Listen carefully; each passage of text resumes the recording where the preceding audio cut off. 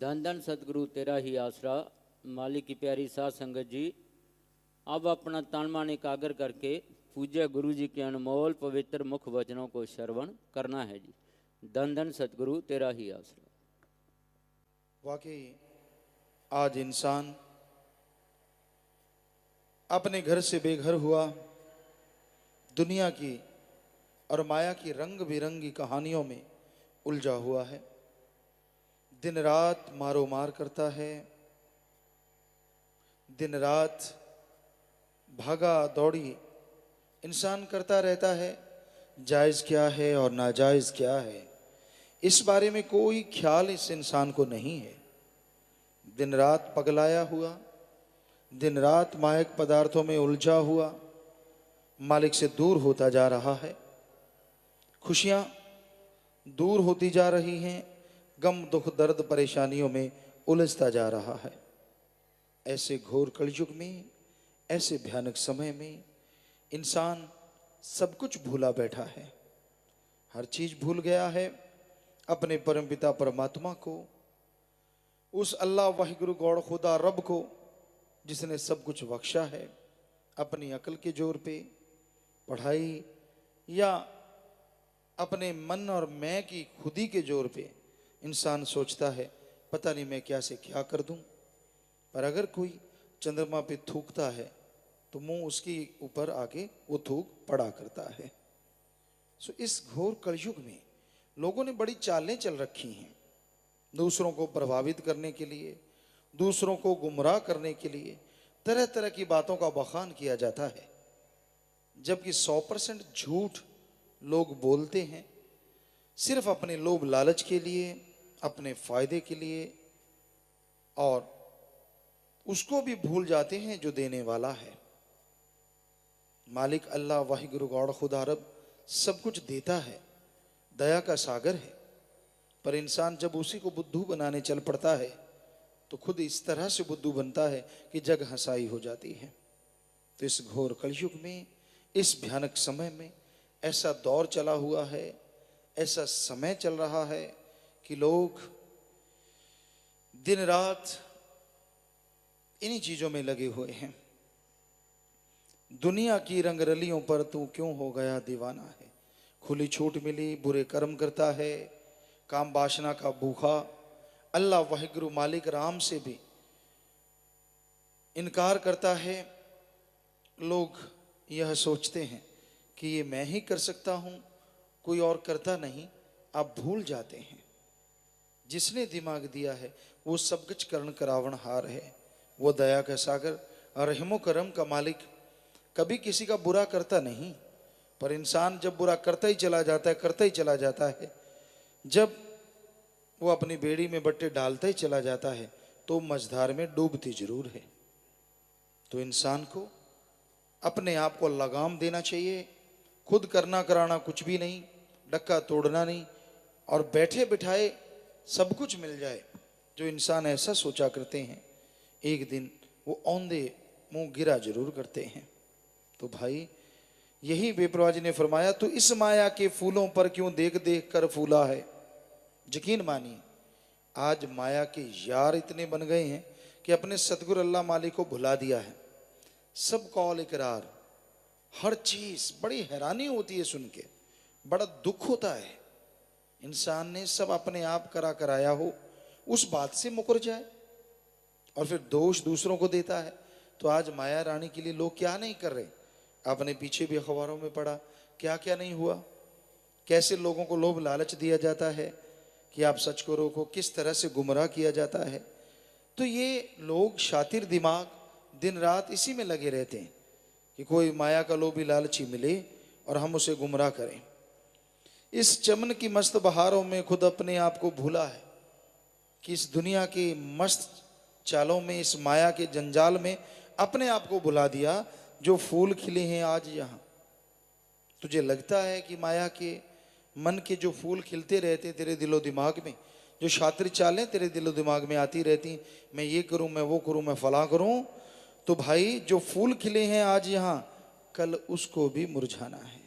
सब कुछ मुरझा जाएगा, सब कुछ कमला जाएगा तो दूर हो जाएगा, इतना पगला हो जाएगा कि किसी ने तेरी बात नहीं पूछनी।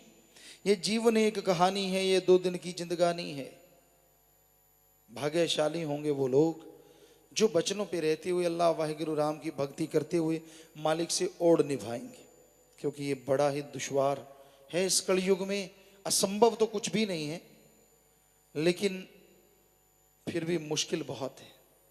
यहाँ माया के यार हैं, मन के गुलाम हैं, बुरे बुरे कर्म करना, सारा दिन बिस्तर तोड़ना, काम का ना काज का, दुश्मन अनाज का।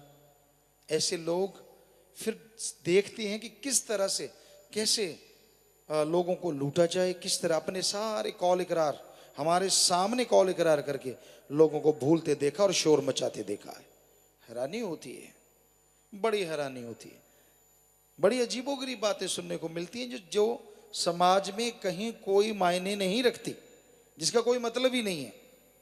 लेकिन फिर भी दिन रात इंसान ये भूल जाता है कि ये जीवन हमेशा के लिए नहीं है। क्या पता चलते चलते कब बुलावा आ जाए। ये जीवन एक कहानी है, ये 2 दिन की जिंदगानी है। यहाँ टिक कर कोई रहा नहीं, ये दुनिया आनी जानी है। ये आने जाने की दुनिया संसार कारखाना है। इस बात को भूलना मत पगले, तुझको भी एक दिन जाना है। इस बात को मत भुलाओ कि एक दिन चले जाना है, एक दिन सब कुछ छोड़ जाना है। अब भी संभल नादान न बन, गफलत में पड़ा क्यों सोता है। बेपरवाह जी ने फरमाया उनके नूर नजर तले जो भी भजन आते हैं कि अब संभल जाओ, समय गुजर रहा है, कहीं ऐसा ना हो कि ऐसा कुछ कर बैठो हाथ को हाथ ना मिला पाए, अल्लाह मालिक को मुंह ना दिखा पाओ।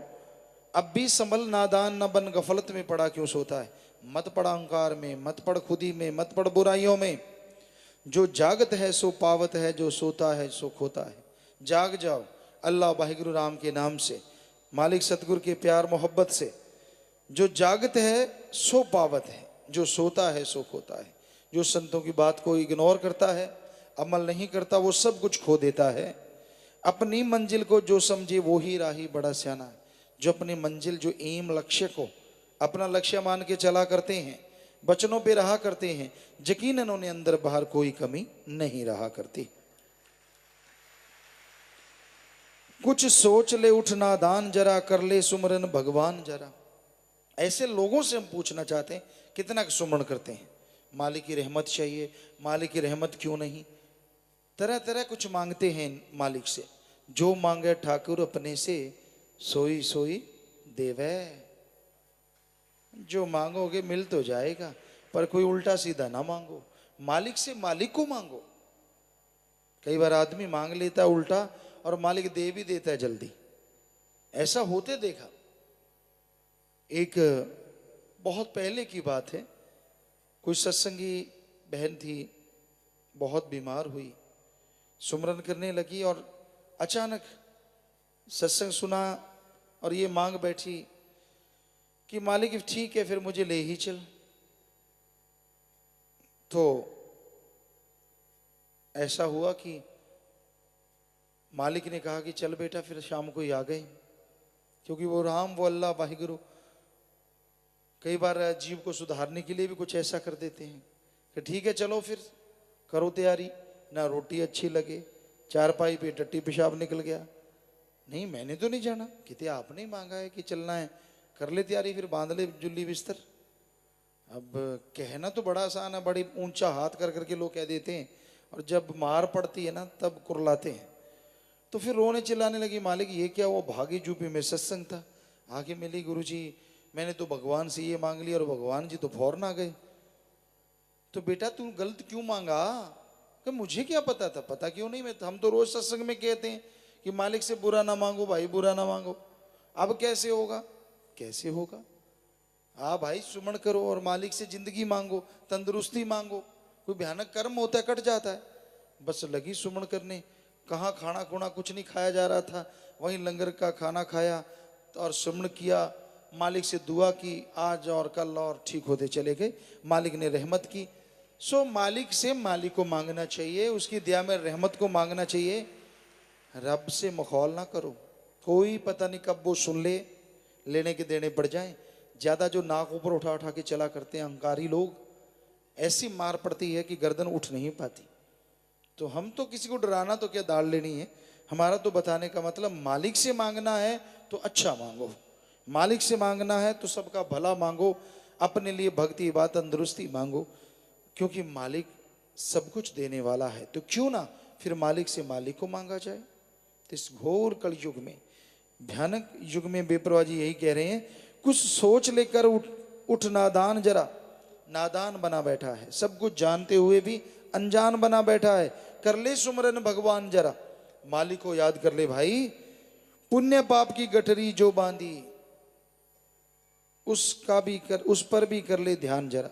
क्या कर्म किया है, कितने अच्छे कर्म किए, कितने पुण्य किए, कितने पाप किए, जरा ध्यान कर ले, जरा ध्यान दे। वक्त अमोलक जीवन का फिर लौट के हाथ ना आना है। जो वक्त गुजरता जा रहा है वो लौट के वापस नहीं आता, इसलिए गुजरते हुए वक्त को ध्यान में रखो, अच्छे नेक कर्म करो, बुरे कर्म ना करो, मालिक से मालिक को मांगो, मालिक से मालिक की बरकतें मांगो, सेवा सिमरण करो, तो आपके पाप कर्म कटेंगे और मालिक के दर्शन होंगे। नादान ना बनो। नादानी जो करते हैं उनके पल्ले कभी कुछ रहा नहीं करता। सो भाई, रब नाल ठगियां क्यों मारे बंदिया, बड़ी हैरानी होती है। उस अल्लाह मालिक की दरगाह पे लोग, एक तरफ ऐसा संसार है यहाँ लोग अंधाधुंध चढ़ाते रहते हैं, और एक तरफ ऐसे लोग होते हैं जो सोचते हैं रब की जगह से लूट लिया जाए। हमने देखा है लूटते कैसे। 100 रुपया रखा, 10 रुपये रखे, हमने देखा खुद कि देखा कि ये मालिक का, कोई भी हिंदू मुस्लिम सिख ईसाई धर्म में हमने देखा कई जगहों पे कि 100 रुपया रखा, 95 रुपये वापस उठा लिए। 10 रुपये रखे, दूसरा आया उसने 10 रखे, 95 उठा लिए। अब कोई वहां पकड़ने वाला नहीं। जो मालिक की चर्चा कर रहा है उसको गुस्सा जरूर आ रहा है, क्योंकि उसकी निगाह के सामने हो रहा है। थोड़ा बहुत इधर उधर बैठा है उसको भी गुस्सा आ रहा है, पर वो हिल नहीं सकता। यार इसने 10 रुपये रखे हैं और 95 उठा के ले गया। उसकी निगाह मारता उसे 5-7 आ जाते हैं। सो बड़ी हैरानी होती है इस कलयुग में लोगों को ऐसा करते देख के। और ये हकीकत है जो आपको सुना रहे हैं, बहुत सालों पहले की बात है। आज तो पता नहीं क्या क्या करते होंगे। आज भी हमने देखा है लोगों को, सब कुछ होता है, सब कुछ नहीं, फिर नहीं शायद कुछ और, शायद कुछ और। उस और पाने की चाह में क्या प्यार, क्या खुशियां, क्या मालिक की रहमतें, सब कुछ गवा बैठते हैं। मालिक कभी किसी से ठगी नहीं मारता, वो तो कई गुना बढ़ा के देता है, पर मरोड़े क्यों लगते हैं, समझ से बाहर। तो इस कलयुग में भी लोगों को ठगी मारते देखा है। पर ये बेपरवाह मस्ताना जी महाराज का वो दर है जो लोहे के चने हैं, खा लेगा ना तो उल्टी होती है, ना टॉयलेट के रास्ते निकलते हैं, अंदर ही अंदर इंसान को जख्मी करते रहते हैं और बुरी तरह से बर्बाद हो जाता है। सो भाई, ऐसा कर्म ना करो, ऐसा कर्म ना सोचो। वक्त अमोलक जीवन का फिर लौट के हाथ ना आना है। वो भोले पंछी सोच जरा, तेरा असली कहाँ ठिकाना है। कि भाई सोच, असली ठिकाना कौन सा है, कहां से आया है और क्या कर रहा है। जो जीव सोच लेते हैं, जो जीव सत्संग सुन लेते हैं, यकीनन मालिक का रहमो करम उन पे बरसा करता है और अंदर बार किसी तरह की कोई कमी नहीं रहा करती।